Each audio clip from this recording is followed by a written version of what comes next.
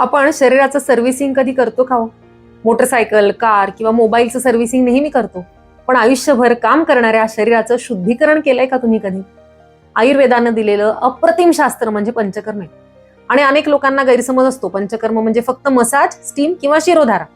खरं पंचकर्म म्हणजे शरीरातून वात, पित्त, कफ ह्या दोषांचं शोधन करणं. ती खूप एक महत्वाची प्रक्रिया आहे. शरीरात साचलेले जे आमदोष आहेत किंवा टॉक्झिन्स आहेत ते जर काढून टाकले नाहीत तर ते आजार वाढवतात. आणि पंचकर्म हे मुळापासून यांची शुद्धी करणारं शास्त्र आहे. आयुर्वेद म्हणतो, ये तू संशोधने शुद्धा न तेषाम पुनरुद्भवः, चरकात म्हटले असं. म्हणजे पंचकर्मामुळे जे दोष निघून जातात त्यांच्या आजारांचा पुन्हा उद्भव होत नाही. पंचकर्मामध्ये वमन, विरेचन, बस्ती, नस्य, रक्तमोक्षण हे प्रमुख उपचार आहेत. आणि त्याचे आणखी उपकर्म पण बरीच आहेत. प्रत्येकाचं स्वतंत्र सायन्स आहे. फक्त आजारावर औषध देणं ह्याचा उद्देश नाही, तर शरीराला नवजीवन देणं हा उद्देश आहे. म्हणून आपण याला आरोग्याचं एक रिसेट बटन म्हणू शकतो. स्वस्थ व्यक्तींनी सुद्धा वर्षातून एकदा पंचकर्म केलं तर खूप छान त्याचा अनुभव असतो. आयुष्याची एकंदर गुणवत्ता यामुळे सुधारते.